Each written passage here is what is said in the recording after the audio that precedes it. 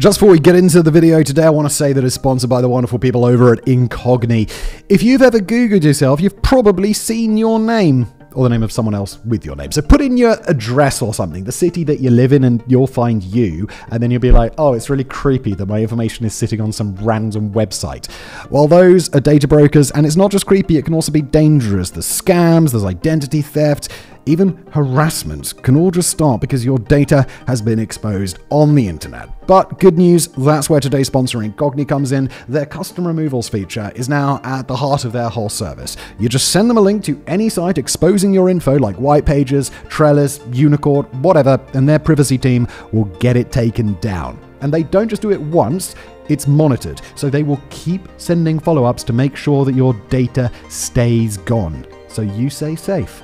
Even better, Incogni's removal process has been independently verified by Deloitte, so you know that it actually works. So take your personal data back with Incogni. Use the code SHADOWS at incogni.com/shadows and you'll get 60% off an annual plan, which is nice. And now today's video. RT, formerly Russia Today, claims to tell the stories Western media won't. What it really does, say regulators and researchers, is push propaganda deliberately, relentlessly, and with no shame at all. For years, it's been the Kremlin's international mouthpiece, spilling wars, laundering lies, and flooding the media landscape with enough noise to make the truth look like just another opinion. But how does it actually do that? What's the method? Because there is one, and it's been refined over time, deployed worldwide, and it's designed to make you doubt what you saw with your own eyes. And in this video, we're going to pull it apart, piece by piece. According to its own mission statements, RT claims to create news with an edge for viewers who want to question more, and also to acquaint international audiences with a Russian viewpoint on major global events. In other words, the channel pitches itself as an alternative to Western media hegemony, a counterbalance that will show the side of the story that others supposedly hide.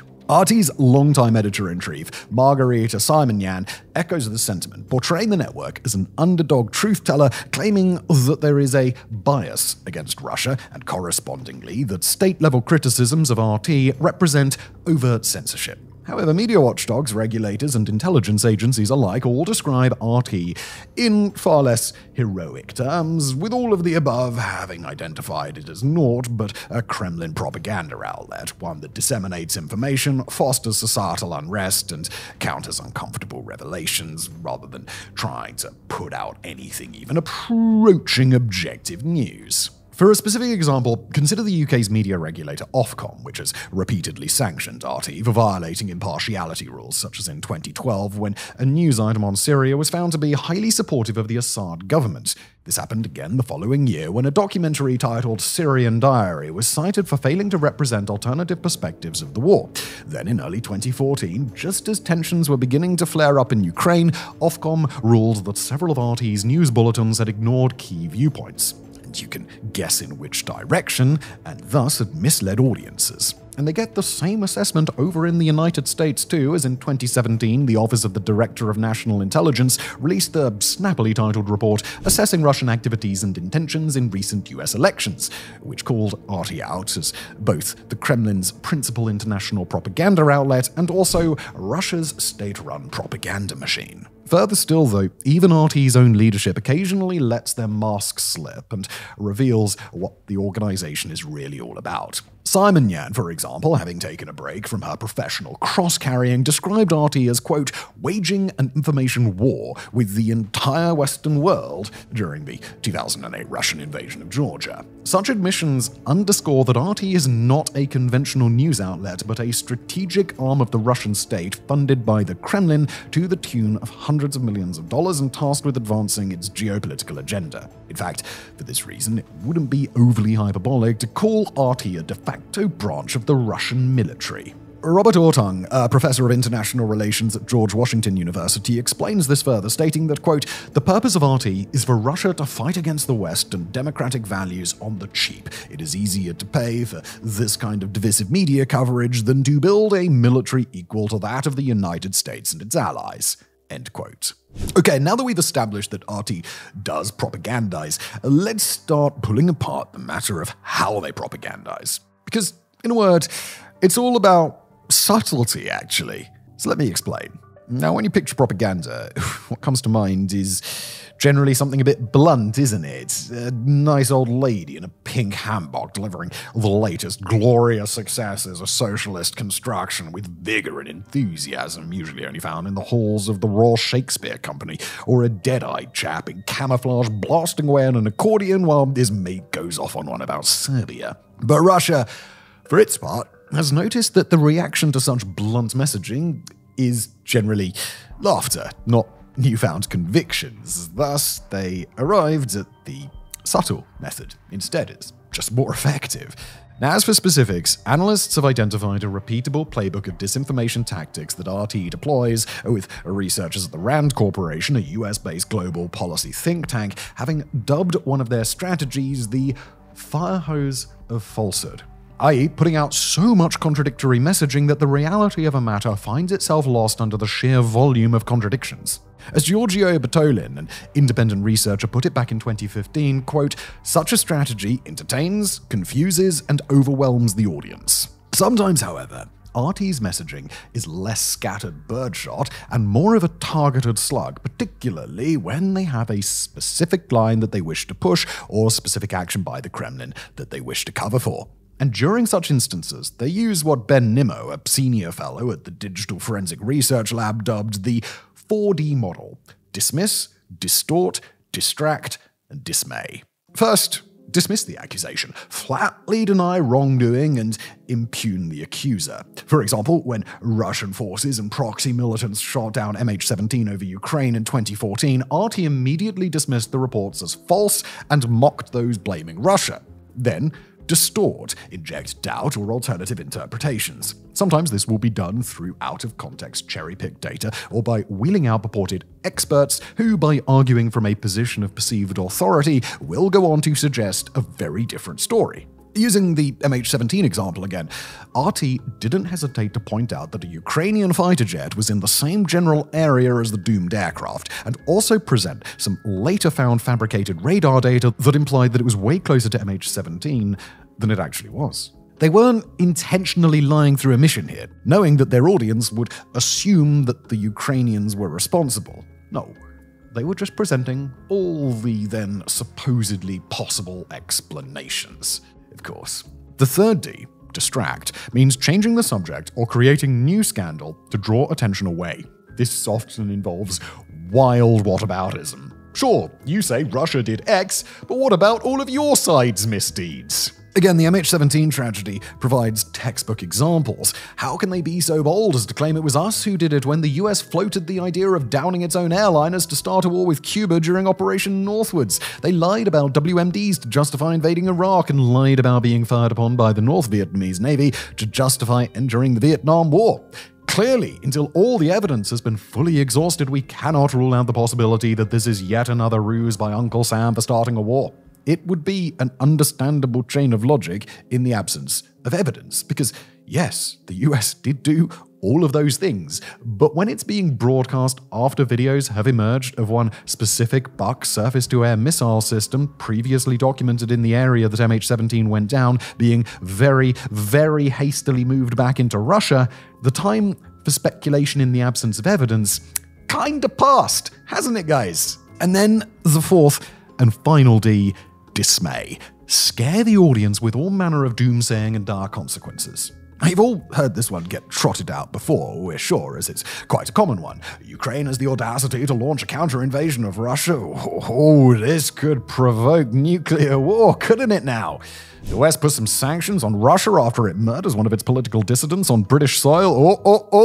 That could provoke nuclear war. Zelensky mentions not wanting to give up Donetsk or Luhansk during peace talks. Nuclear war. And so on and so forth. The idea behind such lines is simple. If the obfuscation doesn't work, encourage people through fear to turn the other cheek. You're probably getting the idea then. Through both the fire hose of falsehood and the 4D model, RT has two reliable ways of bending the narrative to its advantage: either drown the truth under a torrent of contradictions, or hammer away with a neat cycle of denial, distortion, distraction, and doom-mongering until doubt is the only thing left standing. Both approaches have the same destination: a public too confused, exhausted, or frightened to hold Moscow to account. And now to see how those tactics play out in the wild, not just in theory or passing example, let's move on and fully dissect one of RT's most infamous recent efforts, its coverage of the Bucha massacre. Now, in March 2022, not even a month after Russia's full-scale invasion of Ukraine began, the town of Bucha was liberated by Ukrainian forces. What they found, or more accurately, what the world saw once journalists were allowed in, was staggering. Civilians lying dead in the streets, bodies with hands tied behind their backs, women and children buried in hastily dug pits. Satellite imagery, phone videos, and eyewitness accounts all painted a consistent picture. Russian troops had occupied the town, and in that time, they had wantonly murdered hundreds of Ukrainians. And then it hit the global media, and the reaction was swift, and it was understandably furious. Western leaders condemned the killings, Ukrainian officials called it genocide, and human rights organizations began investigations. The evidence, no two ways about it, was absolutely damning against Russia. RT's reaction, though? Business as usual. Within hours of the first images surfacing, Russia's defense ministry denied everything, and RT repeated it, describing the accusations as fake news. According to RT's coverage at the time, Moscow called it a setup.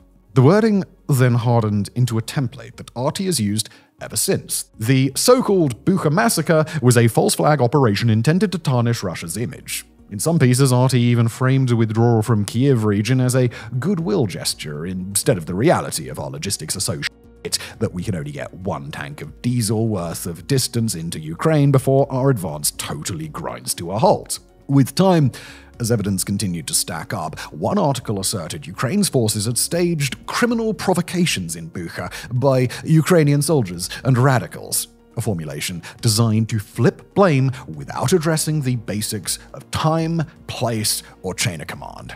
Elsewhere, RT amplified the line that the so-called massacre was engineered to derail the diplomatic process, pushing motive as a substitute for proof. And when a European leader reportedly asked President Zelensky for proof the killings weren't staged, RT gave that doubt full oxygen. In other words, nobody died. If they did, Ukraine did it, and in any case, we're just asking questions. This wasn't new behavior, of course, but it worked, in certain corners of the internet at least, as the hashtag Bucha hoax began trending within days, and RT talking points got regurgitated on fringe outlets and Telegram channels. Some Western viewers, already predisposed to doubt mainstream narratives, had taken the bait.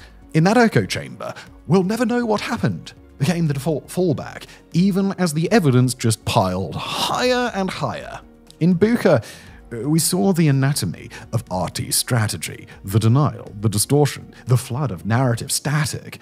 But the real value of that case is how clearly it mirrors what came before, because this wasn't the first atrocity RT was tasked with spinning, as we saw earlier.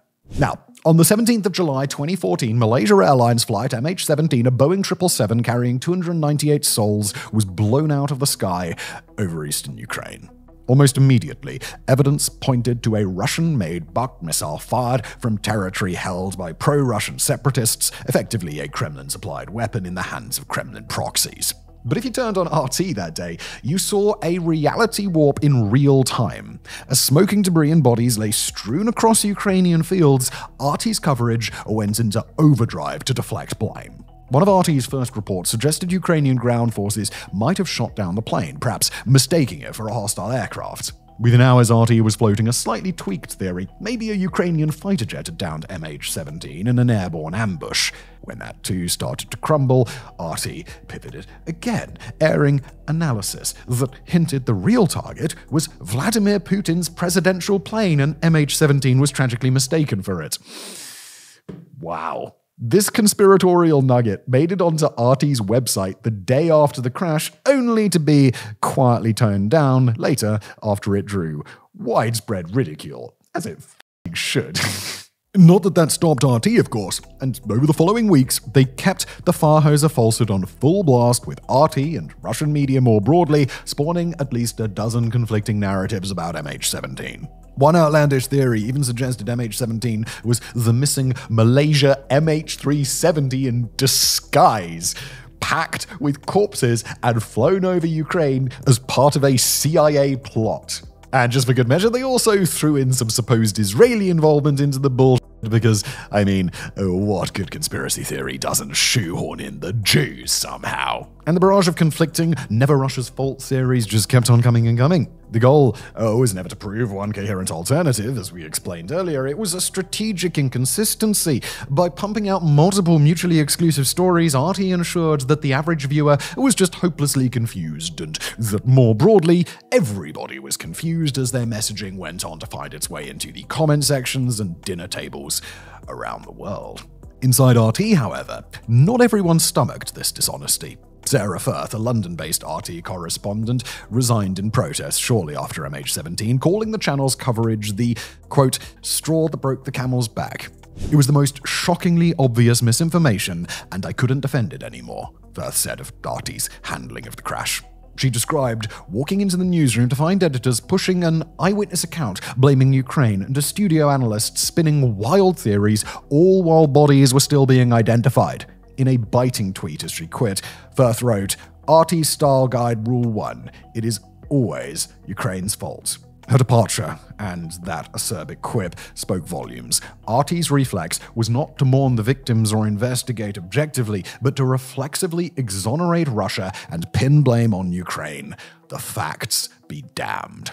International investigations, however, eventually established what really happened. A Russian Buk missile crew, likely on loan to separatists, mistook MH17 for a military target and shot it down. Surprise! But thanks in part to RT's sowing of doubt, a significant minority either doubted Russia's role or believed outright that Ukraine was culpable. The damage was done. The truth was just one narrative among many, and even to this very day, RT has never settled on a single alternative theory. Now, perhaps unsurprisingly, the sheer audacity of RT's reporting during the invasion of Ukraine proved to be the straw that broke another camel's back, and as a result, the network began to find itself effectively exiled from the Western media landscape. On the 24th of February 2022, for example, European Commission President Ursula von der Leyen plainly said, "We will ban the Kremlin's media machine in the EU. The state-owned Russia Today and Sputnik and their subsidiaries will no longer be able to spread their lies to justify Putin's war." End quote. Within days, the legal acts followed: Council Regulation 2022-350 and Council Decision 2022-351, which formally prohibited RT from broadcasting and distributing across the EU's 27 member states. In the UK, Ofcom revoked RT's license on the 18th of March with immediate effect, stating, "We do not consider RT's licensee, Ano TV Novsti, fit and proper to hold a UK broadcast license," and noting 29 ongoing impartiality investigations. Tech platforms moved in parallel. On February the 28th, Meta's Nick Clegg, for our British viewers, yes, it is that Nick Clegg, announced, "We will be restricting access to RT across the EU at this time." YouTube then followed suit on the 11th of the following month, stating that it was blocking access globally to channels associated with Russian state-funded media, citing its policy on violent events. In the United States, RT America shut down on the 3rd of March after major carriers pulled the plug, and the US production company behind RT America laid off its staff the very same day. Any good propagandist worth his salt doesn't just give up, though, and so RT began evolving and finding loopholes so that they could keep on getting their pro-Kremlin messaging out into the Western world, setting up mirror websites with new URLs to evade domain bans almost immediately. All of them are similar to RT's original URL or linked to key phrases likely to come up if someone was actively seeking out their content. Given time, their ban evasion only grew more complex, as rather than simply mirroring their main website, as noted by the Institute of Strategic Dialogue, a think tank headquartered in London, they also started covertly laundering their content through fake news websites. In other words, RT would feed its articles to sympathetic proxy sites that weren't obviously branded RT, allowing their propaganda to slip back into social media circulation via third parties. And because slop is as slop does, the authorities found they had basically no way to combat this, as every time they took down a domain pushing RT copy and pastes, two more appeared in its place, eager to farm those clicks. It's chopping the head off the Hydra situation, basically. And according to research published just last month, that's August 2025 at the time of recording, the Hydra currently has 58 heads. Further still, though, RT also doubled down on Telegram, a sort of WhatsApp alternative, as this just so happened to be basically the only pipe they had that kept flowing when all the others had their valves closed. There, today, its flagship English language channel sits at 201,000 subscribers, a figure that makes it RT's largest outlet today by far, and the central hub through which it pushes breaking news, videos, and the endless stream of Kremlin-friendly framing that once lived on YouTube and Facebook. Eager to leave no stone unturned, however, RT also started to cultivate their following on YouTube alternatives such as Odysee, Rumble, and BitChute. They're able to hide behind such sites' commitment to uncensored content. They've built a small, but not entirely insignificant following. On Rumble, for example, they have 136,000 followers as of the time of writing, on Odysee 68,000, and BitChute, they've got a smidge under 13,000. For views, call it maybe an average of 10,000 across all three platforms, according to our from-the-hip estimate, with, as you'd expect, more exciting stuff, Ukraine war-related and the like, pushing more, and the more boring stuff, Volgograd announces new plans to tackle suburban potholes and the like, rarely breaking 1,000. I'm kind of amazed that there are even 10 English speakers interested in their story. And while these numbers may sound good, I promise you they aren't. As per the Internet Archive's last capture before it was removed, they had 4.71 million followers on their YouTube channel alone. And safe to say, RT today is but a shadow of its former self. Perhaps most intriguingly though, RT, or at least individuals connected to it, have also begun engaging in more covert influence campaigns. One example came to light in late 2022 in an operation dubbed Doppelganger by the EU Disinfo Lab, in which Russian actors created spoofed copies of real news websites to publish pro-Kremlin stories. Basically, you'll try to access, say, BBC News, hit a wrong key while typing, and find yourself on a website all but identical to the real one, save for the fact that they suddenly have lots of nice things to say about Putin, and a particular emphasis on pointing out that Ukrainians definitely had it coming. It goes deeper than just cloning legitimate websites too, because according to Maxime Ordonez, a researcher with Institut Montaigne, a think tank based out of Paris, entities linked to RT also funneled money into a front company called Tenet Media to launder and spread pro-Kremlin narratives by hiring online influencers, particularly more right-leaning or nationalisty ones, to produce videos and provide other similar services. We're talking big influencers in that space with subscriber counts in the millions. However, we will not be naming the creators in question because US Attorney General Merrick Garland himself said outright, explicitly, that Tenet never disclosed to the influencers or to their millions of followers its ties to RT and the Russian government. And so, to stop them catching some stray shots that it would appear they do not deserve, we shall hold our tongues. You can easily look up who they are, though. You'd know the names.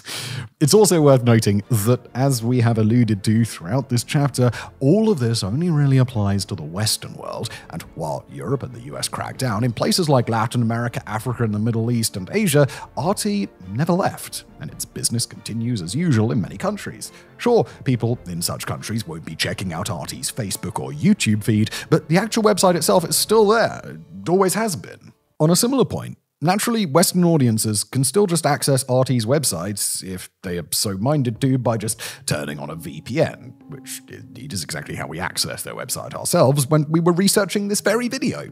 And that is pretty much the end of the video. But rather than ending the video with a proper conclusion, one where we just regurgitate information you were all paying perfect attention to the first time, let's instead shake things up and end with a potentially interesting question.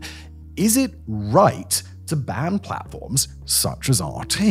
Now, on one side, there are the hard realists, the likes of Dame Melanie Dawes, who oversaw Ofcom's revocation of RT's UK license on grounds of systemic partiality and political control. Thierry Breton and Joseph Borrell, who spearheaded EU action on grounds that wartime information manipulation isn't just distasteful, it's dangerous. And Mikhailo Fedorov, Ukraine's foreign minister for digital transformation, who campaigned directly for tech bans.